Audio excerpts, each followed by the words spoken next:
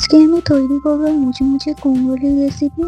বিভিন্ন ভাজাভুজির পাশাপাশি বেগুনি যেমন একটি অত্যন্ত জনপ্রিয় রেসিপি, তেমনি কুমড়োলি খেতেও অনেকে পছন্দ করে। এইভাবে কুমড়োলি বানিয়ে খেয়ে না থাকলে একবার বানিয়ে খাওয়ার রিকোয়েস্ট রইল। বেগুনের পাশাপাশি কিন্তু কুমড়োলিও খেতে অনেকে পছন্দ করবেন এই রেসিপিটি দেখার পরে। Hello everyone, welcome to my channel. আজকে আমার রেসিপি কুমড়োলি বানানোর জন্য আমি 250 গ্রাম কুমড়োকে এরকম পাতলা পাতলা করে স্লাইস করে কেটে নিয়েছি।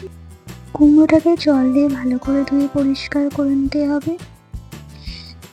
কুমড়ো স্লাইসগুলো ধোয়া হয়ে গেলে এবার জল থেকে উঠিয়ে একটা স্ট্রেনারের মধ্যে নিয়ে নেব, যাতে জলটা পুরোপুরি ঝরে যায়।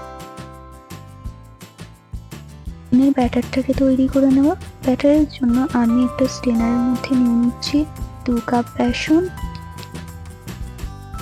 দিয়ে দিচ্ছি হাফ কাপ কর্নফ্লাওয়ার আর 2 চা চামচ ময়দা,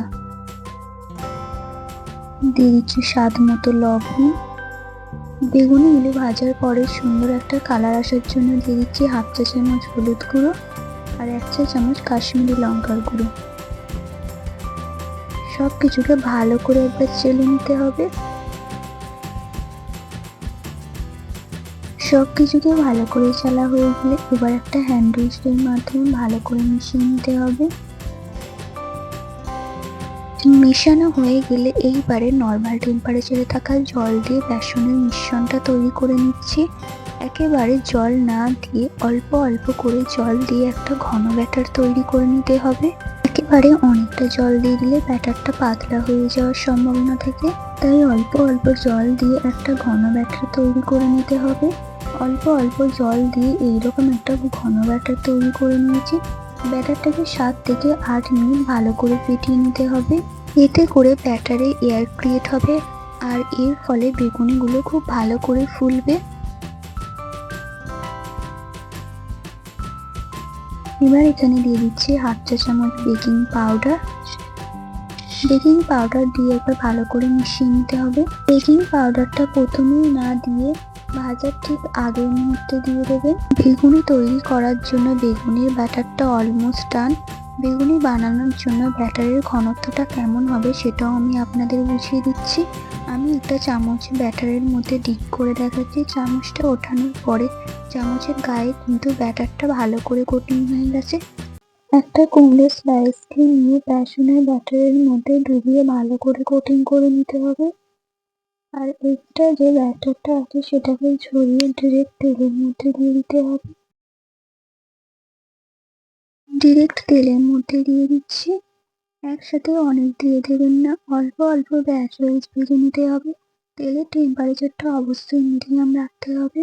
কুমড়োগুলো ভাজার সময় গ্যাসের ফ্লেমটা মিডিয়াম টু লো এর মাঝামাঝি রাখতে হবে। এই ফ্লেমে ভাজলে উপর থেকে কালার চলে এলেও ভেতর থেকে কিন্তু কুক হবে না। 7 থেকে 8 মিনিট সময় নিয়ে ভেজে নিতে হবে। এক সাইডটা হয়ে গেলে অপর সাইডটা উল্টে দেব। 2 সাইড উল্টে পাল্টে গোল্ডেন ব্রাউন করে ভেজে নিতে হবে। দেখুন ভাজার সাথে সাথে সুন্দর একটা কালার চলে আসছে আস্তে আস্তে।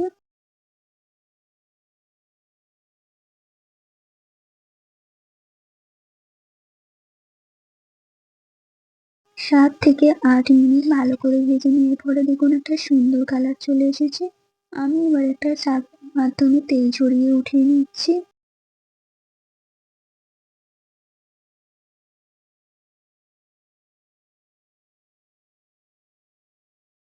আজকে আমার এই কুমড়োর রেসিপি কেমন লেগেছে অবশ্যই কমেন্টের মাধ্যমে জানাবেন। রেসিপিটি ভালো লাগলে লাইক করবেন, বন্ধুদের মধ্যে শেয়ার করবেন। ভিডিওটি যারা আমার ইউটিউব থেকে দেখছেন তারা চ্যানেলটিকে সাবস্ক্রাইব করে নেবেন, আর যারা ফেসবুক পেজ থেকে দেখছেন পেজটিকে ফলো দিয়ে নেবেন। দেখা হবে নতুন কোনো রেসিপির সাথে। সুস্থ থাকবেন, ভালো থাকবেন। ধন্যবাদ।